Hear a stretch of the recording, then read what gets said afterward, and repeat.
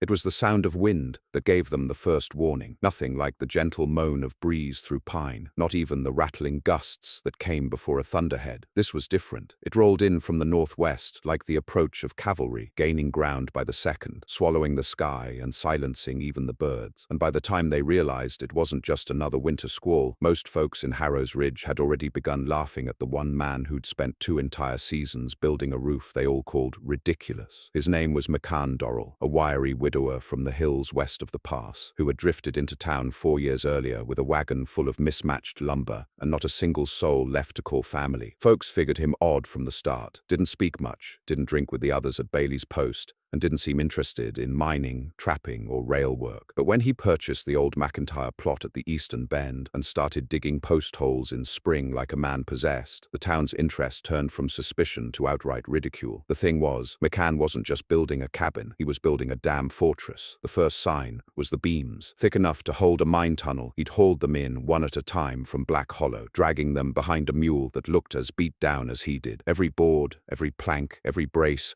was driven in 3 times deeper than most men would ever bother. He layered clay, rock, and sod between each tier of roofing slats, like he was expecting cannon fire. The roof pitch was steep enough to keep a mountain cat from finding its footing, and the overhang reached almost 6 feet past the walls. "A porch fit for giants," they joked. One settler said it looked like the whole cabin had grown a hat 2 sizes too big. Others whispered it was the madness of solitude, that maybe something had cracked loose in his brain after losing his wife and daughter. They laughed every time he came into town for more nails or clay or pitch tar, called him Overbuilt Dorrell, said his roof could hold a foot of snow, or 20, or maybe the weight of every dumb idea he'd ever had. And McCann, he never once answered back, just paid in full, tipped his hat, and walked back out into the woods with that quiet fire in his eye. By fall of the 3rd year, the roof stood finished, 4 layers thick, sealed against water, braced against wind. The town watched and scoffed, while snow began to dust the pines. "Shame to waste all that timber," they said. "Could have built 2 proper cabins with what he used for just the rafters." Then came the storm. No one in Harrow's Ridge had seen skies like that. At first it was just a mass of dark clouds drifting low. Then the temperature dropped like someone had pulled the heat from the earth itself. Livestock screamed and bolted for fences. Chimneys choked with backdrafts. Wind hammered cabins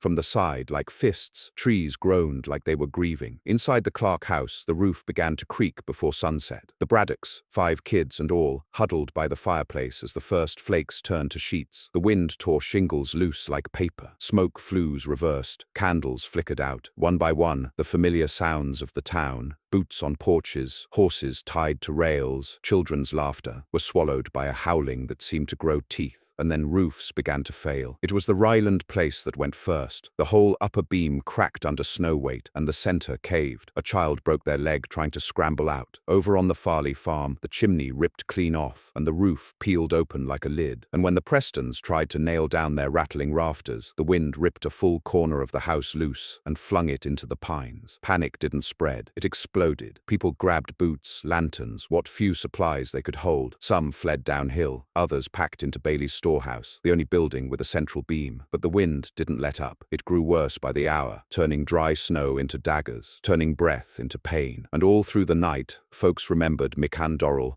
and his full-built fortress roof, and how it sat there in the trees, alone, silent, maybe still standing. At first no one dared try for it, but when the wind ripped the shutters off the general store and sent 2 families into a crawlspace soaked with snowmelt, a few brave men made a run for it. Thomas Bailey led the way, followed by Jed Ryland and his half-frozen boy. They wrapped faces in wool and tied ropes to each other. Visibility dropped to 5 feet. They moved by memory and instinct, ducking falling limbs, wading through snow that had already reached their knees.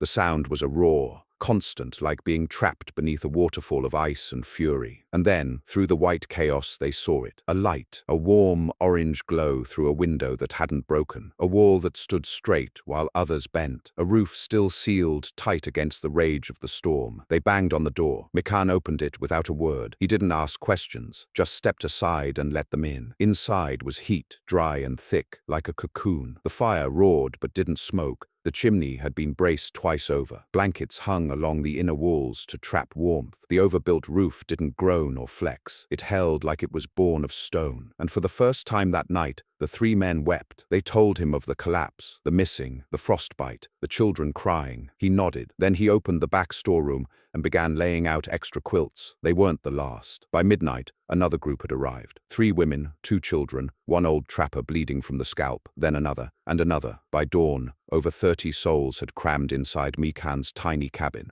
wrapped in every spare cloth he had, sitting shoulder to shoulder under a roof no one was laughing at anymore. They took turns feeding the fire, boiling snow, drying boots. They slept in shifts and sang to the children when the wind howled too loud. Mikan never slept. He kept to the fire, adjusting logs, checking the bracing, whispering to the wood like it was kin. The storm lasted 3 days. When it passed, silence returned like a ghost. The snow outside had buried fences, crushed wagons, and flattened roofs across the valley. 6 cabins had fully collapsed. 2 more were unlivable. The river had frozen solid halfway to the bend, but Mikan's cabin still stood. They emerged blinking, faces chapped, hands numb, spirits broken, and then quietly stitched back together in those 3 days of warmth and breath. And the town, those who'd mocked and scoffed and called him mad, looked to the strange, silent man with new eyes. They didn't ask how he knew. They didn't ask why he built it so strong. They didn't ask what had driven a man to prepare for a storm no one saw coming. Because deep down, they already knew. Something in Mikan Dorrel had been waiting for that storm his whole life. And now it was them who would learn to build roofs like his. The day the storm passed, silence gripped Harrow's Ridge in a way no voice could challenge. It wasn't the serene hush that follows snowfall, not the peaceful quiet of winter's calm. This was different. It was the silence of shock, the kind of stillness that comes when sound no longer dares disturb the weight of what's been lost. Men emerged from wrecked cabins like survivors of a war, blinking into the pale grey light, eyes sunken, shoulders hunched beneath wool that hadn't dried in days. Women held children close, even those too old to be carried, as if letting go might cause the earth itself to pull them under. Horses had frozen upright, their hides stiff with frost. Fence posts lay in ruin, chimneys snapped at the base, and in the still center of it all stood Mikan Dorrel's cabin, its thick roof casting a long, clean shadow over the snow-drifted yard. Unbroken and undisturbed. Inside, no one spoke for some time. The children still clung to their borrowed quilts, cheeks raw, lips cracked, watching Mikan as he moved about the hearth. He didn't speak either. He just tended the coals, adjusted a kettle, folded and refolded the same wool shawl over a child's shoulders. In the corner, Ryland's boy tried to keep his injured leg still, a makeshift splint tied tight with twine and cedar slats. Clara Bell, a midwife past 50 who had arrived on the second night with frostbitten fingers, leaned over a pot of simmering herbs she'd made from Mikan's dwindling stores. She'd taken to helping him without being asked, as if instinct understood something words hadn't reached yet. It was Clara who finally broke the silence. "We need to count the cabins," she said, voice raspy but clear. "Find who's left. Who ain't?" Mikan looked up, nodded once, then turned back to the fire. The men exchanged glances, then began gathering coats, boots, and whatever tools hadn't frozen to the floorboards. Ryland asked for a hammer, Bailey for rope. No one asked Mikan's permission. They knew now, somehow, that the man didn't operate on permission. He operated on burden, some private weight he'd chosen to carry when the rest of them had chosen comfort. His cabin was no longer just shelter. It was something older, something deeper, a statement left unspoken until now. When they opened the front door again, the valley looked alien. Trees once familiar stood crooked or shattered. Hills had been flattened by wind-packed snow. Whole roads were erased. Where the Clark's cabin once stood was now a bent skeleton of timbers and frost. The Braddocks' home had caved entirely, buried beneath 2 feet of drift. Smoke still rose from a few scattered chimneys, but faint and weak, the kind of smoke that begged for help, not warmth. They worked in pairs. Ryland and Bailey took the northern rise. Jed Alcott and Reverend Crane walked south toward the river bend. The women stayed behind, tending to the wounded and boiling what little meat Mikan had left in his cellar. He said nothing when they opened the trapdoor to fetch more. He just stepped aside and began reinforcing the hinge. That first day after the storm, they found 5 bodies. 2 at the Clark's, 1 frozen beside the barn door, another half buried beside the path to the old well. A 4th was Elias Farley, found face down in the snow a dozen paces from his wife, who had somehow survived with their baby swaddled in burlap and bruises. The 5th was old Hal Denson, not from frost, but from falling beams that crushed him when the roof gave out. Each return to McCann's cabin was quieter than the last. Each time more eyes turned to the man who still hadn't spoken more than a dozen words. By the third day after the storm, the town was camped around his home, like a colony of broken-winged birds. People gathered near the porch, some fashioned lean-tos, others asked to borrow tools. McCann gave what he had, though it was clear the supplies would not last another week, not with that many mouths, that many ruined homes. It was Clara again, who finally asked the thing no one else dared. "McCann," she said, her voice strong despite the cold, "what do we do now?" He stared into the hearth for a long moment. Then finally he spoke. "You rebuild." The room held its breath. "With me?" He didn't look at her. "No, you all rebuild. I've done my part. But we've got no roofs, no beams, no tar or pitch, and most don't know how to seal a door against wind that bites like that again." He turned then. His eyes weren't cruel, but they weren't soft either. They looked like the grain of wood, weathered, grooved by loss, carved by time. And then he said, You should have listened." Bailey flinched. It wasn't a rebuke, not a threat, just a fact laid bare like lumber on a bench. They all remembered. The laughs, the jokes, the shaking heads, the times they waved as he passed with another beam too thick, another roll of sod too heavy, another bag of clay for the chimney base, and now they stood in its shadow, asking for warmth. Clara stepped forward. "Then teach us. Don't just gloat. If you knew what was coming—" "I didn't," he said. "Not the when, but storms come. Always do. Maybe not that bad, maybe not that long, but they come, and most folks pretend they won't." He stood and moved to the wall. There, behind a wool drape, hung a wooden pegboard covered in drawings, plans, scribbled measurements, roof angles, vent placements, ceiling diagrams. They stared. "You kept notes?" Ryland asked. "I kept warnings." He turned and faced them, shoulders straight, voice hard. "You folks laughed when I built for what hadn't come yet. Laughed when I buried the hearth under a dirt chimney, twice the width it needed. Laughed when I dug a drainage trench uphill of the porch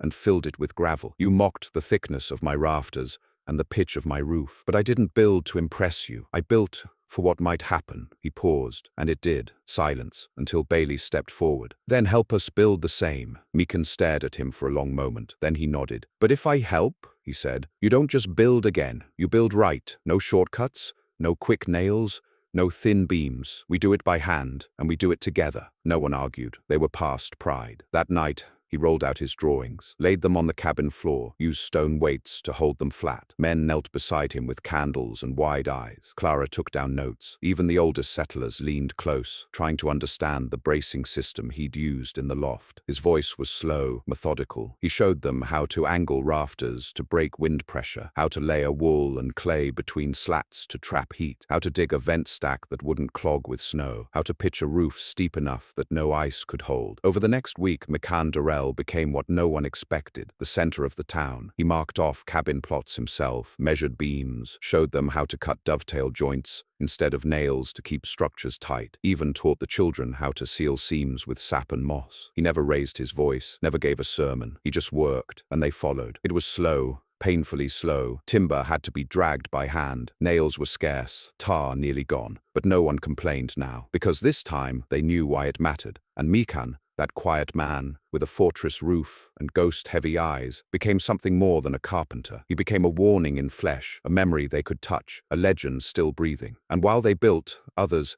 from outlying valleys began to arrive. Stories of cabins crushed, of families lost. They came with what little they had: blankets, salted meat, tools. And when they asked where they could stay, the townsfolk didn't hesitate. They pointed to the clearing around the one cabin that still stood untouched. "Build like his," they said, "or don't build at all." The first nail of the new Harrow's Ridge was driven not with ceremony, but in silence. A rough beam, square cut and cold to the touch, laid across a hand-chiseled notch, pressed into place by 3 men whose backs still ached from digging out neighbors' collapsed walls. It didn't ring like the old cabins had, didn't echo across the valley with the optimism of founding. It thudded, heavy, honest, as if every swing admitted the guilt that had gone unspoken, and every board set down was an apology. They built slow, not out of laziness but reverence. McCann Dorrell had laid out the process clearly. No shortcuts, no compromises. Roof roof beams were to be braced in triplicate, no less than 9 inches thick at the join, cross supports interlocked with precision, not just nailed, and insulation layers packed with care, alternating moss, sod, and cloth. Foundations were dug deeper. Drainage ditches ringed every new plot, and every builder, from boys barely 12 to old men who'd once laughed at the very sight of McCann's porch overhang, worked with the kind of humility that came only after being brought low by cold and silence. The town's survivors slept crowded in a temporary bunkhouse, little more than a half-walled shed with tarps stretched over timber, huddled around a central fire kept burning day and night. Each morning they'd line up for tasks, and each night they'd share whatever stew Clara or Ruth Alcott had managed to stretch across so many mouths. McCann didn't sleep there. He still returned to his own cabin each night.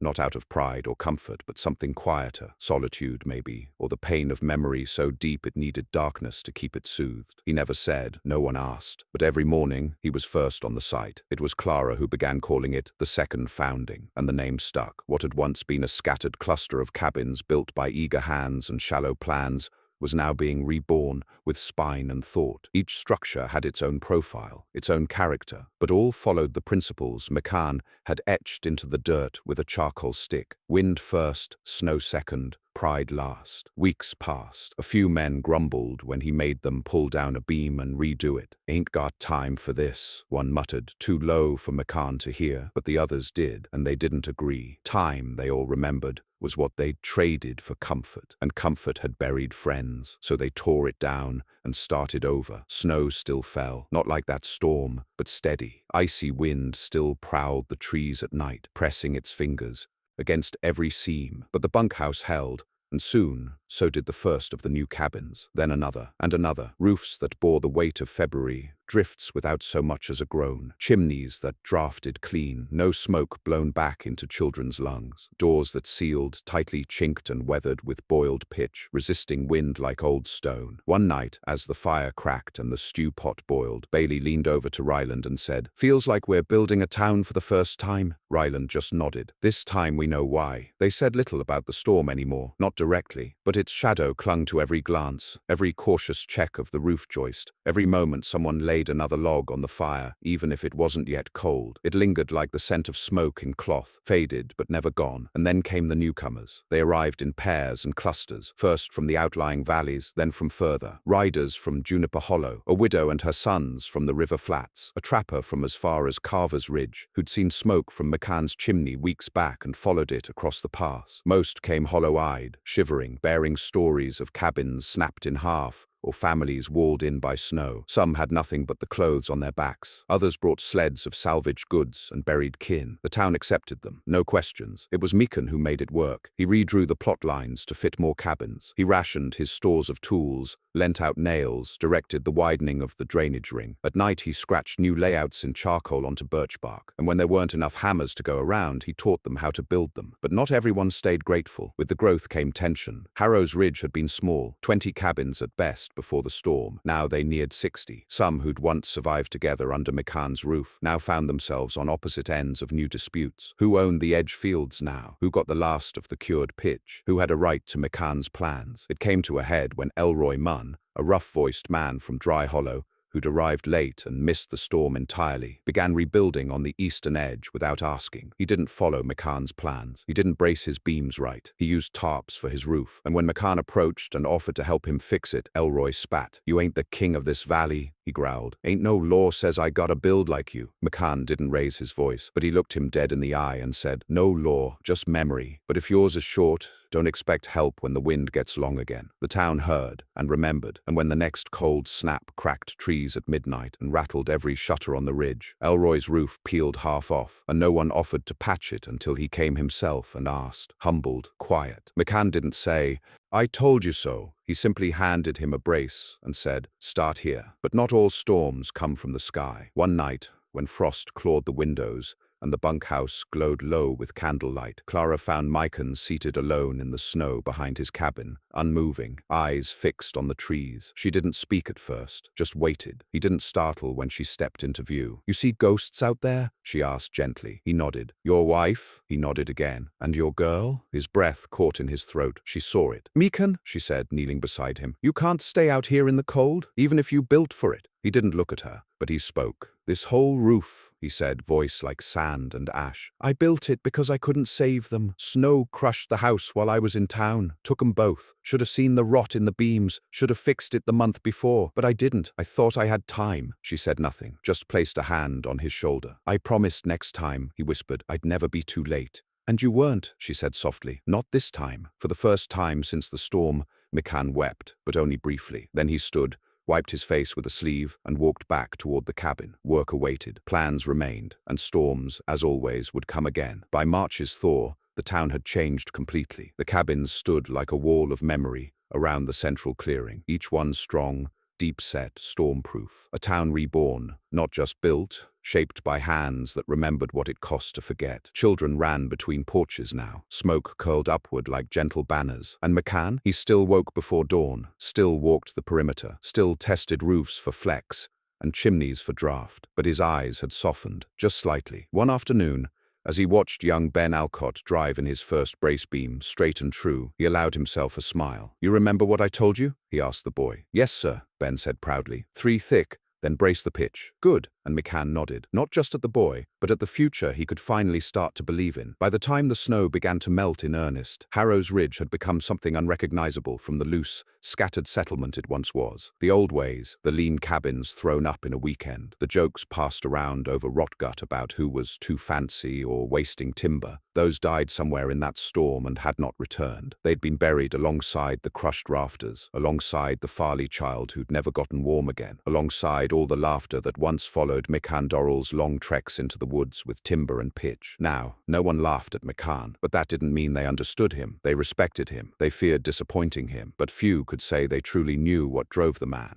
who had saved them, not just with shelter, but with foresight, precision, and an unwillingness to bend to comfort or ego. And as the thaw opened up the roads, as the earth began to drink the melt and send the first shoots of green threading up through sodden roots, a strange tension filled the town. It wasn't hostility, it was reverence mixed with unease, because in the rebuilding, in the hard-won gratitude, something else had taken hold, the growing knowledge that none of them would have survived without one man who'd already buried a family, one man who built like a prophet, watched like a sentry, and never slept more than 3 hours at a stretch. A man who'd warned them without words, shamed them without lifting a hand, and rebuilt them without ever asking to be in charge. And yet, like it or not, they all looked to him. The morning the first cabin was finished in full, the Alcott home, with its triple-thick roof and hand-fitted dovetails, its interior sealed tight and lined with woven insulation mats Clara and the others had copied from Mikan's walls. The town gathered. It wasn't planned. It just happened. They stood outside in the clearing, boots in slush, caps in hands. Children shivered under shawls. Men rubbed their cracked palms. The sky was clear and high, the kind of blue that hurt your eyes after so many months of cloud and grey. Ben Alcott stepped forward and held out a key he'd carved from birch, simple but proud. "Mr. Dorrell," he said, voice shaking slightly, "we used your plan. Every beam, every brace. You made this possible." McCann looked at the boy,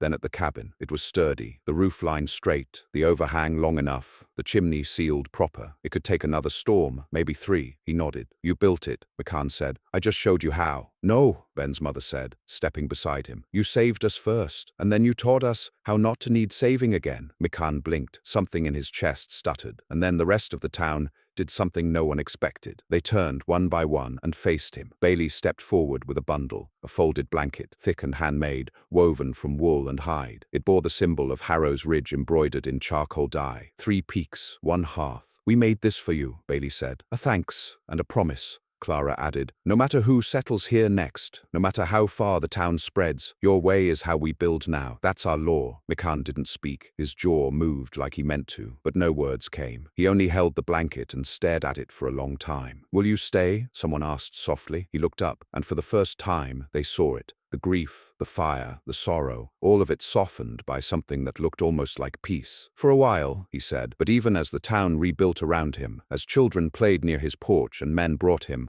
game and women sent loaves of fresh rye baked in newly braced ovens, McCann began to slip away from the center again, not from duty, from habit. Because in McCann's world, Comfort was a danger. It crept in, softened beams, made you say tomorrow when you meant today. It whispered that the skies would always stay clear, that snow wouldn't fall that heavy twice, that no roof ever really needed to be braced that thick, that tight, that deep, and that was how you lost what mattered. So he walked the ridge every morning, checked every cabin, laid his hand to the beams, listened to the groan of rafters settling, tapped for hollows in wall joins. And when he found a flaw, he said nothing. He simply showed the settler how to fix it. If they didn't listen, he fixed it himself when they weren't watching. He didn't do it for thanks. He did it because something in him needed the world to stand just a little longer this time. But the mountain had other plans. The snow melt fed the rivers fast that spring, too fast. One night, the ice broke all at once, and the river flooded so quickly it swept off 2 sheds and a woodpile before the alarms were even shouted. Water punched through the low field near the Braddock's new cabin, cracked the side of the barn, and surged straight toward the lower lots where 6 new cabins had just gone up. People ran with buckets, spades, axes. They worked through the night, stacking rocks, diverting runoff, shouting through the dark. But the water didn't care. It just kept coming. And when the lower retaining wall gave way, it roared into the heart of the clearing, like a beast waking from sleep. But it didn't reach the cabins, because Makan had seen it coming. 3 days earlier, he'd noticed the rise in runoff, had measured the waterline with a notched stick and seen how fast the ice was thinning. He hadn't spoken much, hadn't frightened the town, but he'd started building a channel on the north end of the slope, digging and lining it with planks in the night. No one had asked why, but when the flood came, the channel caught the surge and guided it out, around, back into the creek bend near the falls. The town only realized what he'd done when the dawn came and they saw the trench, the lined walls, the built-up stone dam that hadn't been there before. He'd built it alone, and again the town stood in silence. Again McCann Durrell had saved them, and that's when the fear started. Not of McCann, not of what he'd done, but of what would happen if he ever left. In the weeks that followed, settlers whispered when they thought he wasn't listening, made plans to build him a bigger house, offered land, work teams, apprentices, even asked if he'd consider sitting on a council they hadn't even formed yet. He declined them all, not harshly, just calmly, quietly. And then one morning he was gone. His tools were left in his cabin, his plans neatly stacked, the hearth still warm. But McCann Dorrell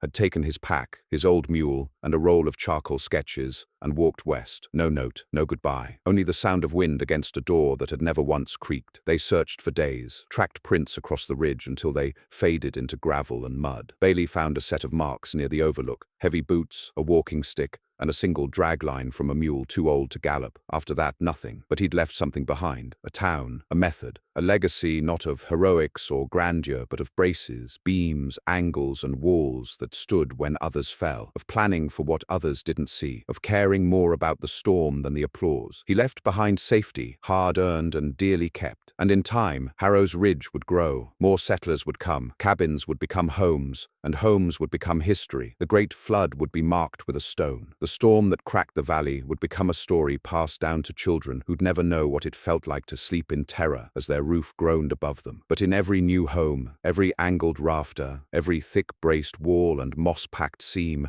McCann Dorrell lived on. And when travelers asked why the roofs were so strange, why the chimneys so deep, why the porches curved, and the drainage sat uphill, the townsfolk would say, "Because of a man who built to stop the wind." And they never laughed, not once. Spring faded into summer. Then came the rains, long, steady drizzles that soaked the valley in green and new life. Trees that had cracked under the blizzard's weight now bore blossoms from branches they'd regrown. Calves were born strong, the soil turned soft and rich again. But the roofs, those strange, steep, overbuilt roofs, never dripped, they never groaned. They simply stood in silent defiance of time and memory, the same way McCann Dorrell had stood, weathered, blunt, impossible to ignore. He had been gone 3 months now. No letters had come. No rumors drifted back from the Western Trail. Not a single trader claimed to have seen a man with a pack and a mule, no matter how detailed the townsfolk made their descriptions. Bailey even posted a notice at the River Crossing Tavern in Millpost, offering a small bounty for news, but it brought nothing. As summer aged, the people of Harrow's Ridge began to speak of McCann not with immediacy, but with reverence, the way you talk about something elemental, like the first fire or the last storm. "He wasn't meant to stay," Clara said one night by the bunkhouse fire,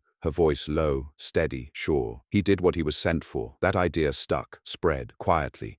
like seeds in wind. And though no one declared it, a kind of ritual took root. Every new settler who came, and there were more each week now, drawn by stories from the hills, by trade routes, by word of mouth, was brought first to the clearing where the old town centre had once been. Now it held a wide, flat stone with no name on it, just a single carving across its surface. He built to stop the wind. New settlers were told of the storm, of the flood, of the man who saw both coming and never boasted, of the night he took in 30 freezing neighbors and fed them with what little he had, of the roofs he taught them to build, of the channel he dug by hand that saved the cabins from the thaw surge. And without fail, the newcomers always asked the same question. What was he like? The townsfolk never agreed on the details. He had a voice like bark, Bailey would say, and eyes that looked past you. No, Clara would counter. He was quiet, yes, but kind. He never said more than was needed, but when he did speak, you listened. Strong hands, Ruth Alcott would add, gentle with the children, would wrap a splint as careful as if it were his own bones. Some remembered his grief more than his strength. They'd say,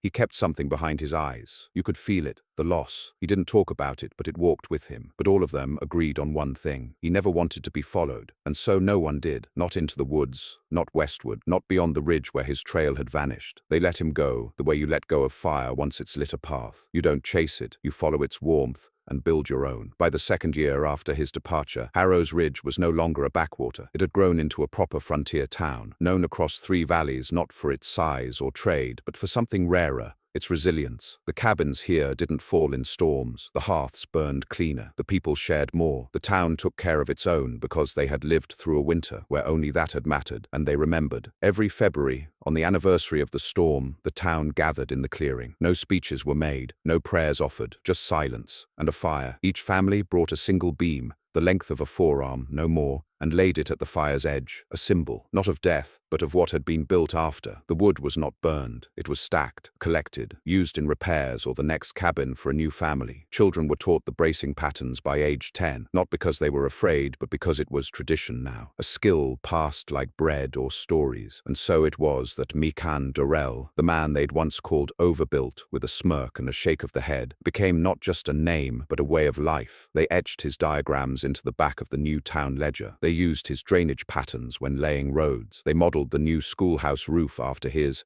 a triple-layered pitch with fireproof ceiling and a full cedar underframe. And when it stood through a sudden hailstorm the next spring without a single leak, the children laughed, running their fingers along the thick beams like they were the arms of giants. But not every moment was light. One summer, a merchant named Tarin brought in a fancy new roofing shingle, flat metal sheets with tar sealant, pitched for quick install, cheap, modern. A few younger men took interest, said the old methods were slow, costly, said the world was moving past dug trenches and sod layers. It was Clara who stood in the way. She walked straight to the meeting house, laid her hand on the ledger and said, "You can cover your roof with gold if you want, but not in this town. We build one way, the right way, the way that doesn't forget." No one argued. They returned the metal sheets, and for a moment it was as if Mikan himself had stepped into the room and nodded from the corner. That autumn, a boy named Eli, barely 9, drew a sketch of a roof just like Mikan's on the back of his school slate. When asked what it was, he said, "That's the roof that saved my granddad." When his teacher pressed further, he added, "I'm gonna build one when I'm big, just in case the storm comes back." The teacher didn't correct him, because in Harrow's Ridge they knew better than to think a storm didn't come back. Years passed. The old-timers grew older. The children grew into carpenters and midwives, tanners and teachers. Some left, most stayed. The valley grew, shaped not by gold or war or rail, but by wood, thick, heavy, overbuilt wood, layered with care and belief. And then, one day, in a year where no flood came and the snow was light, a boy returning from the western ridge with a hunting party spotted something strange. A post, weathered, grey, set in stone, unmarked. Near it a cabin, small, neat, tucked beneath a lean of stone outcrop. Its roof, unmistakable, 4-pitched, braced tight, overhung by 6 feet, chimney sealed with sod and gravel. There were no tracks, no smoke, no mule, but the cabin stood, perfect. The boy didn't go closer, just stared a long time. Then he turned and ran back down the slope, heart pounding not with fear, but with awe. He didn't know if it was McCann's, didn't know if the man had built it and moved on, or if he still lived in those woods, watching, listening. He only knew one thing: the roof had been built like it remembered the wind, and that was enough. When the boy returned to town, he told the others. They didn't doubt him. They didn't form a search party, didn't raise a fuss. They just added another beam to the stack that winter and built the next roof a little thicker. That was how McCann lived on, not in stories, not in songs, but in the thickness of beams, the steepness of roofs, the silence before storms, and the strength to withstand them. No statues were raised, no books were written, but every home in Harrow's Ridge, every dry hearth, every braced window, every sealed chimney, whispered the same truth to every child who ever asked. This stands because one man built for what others denied. And when the storms came again, and they did, the town did not fall, because they had learned, because they remembered, because long ago they had mocked a man's roof until it became the roof over them all.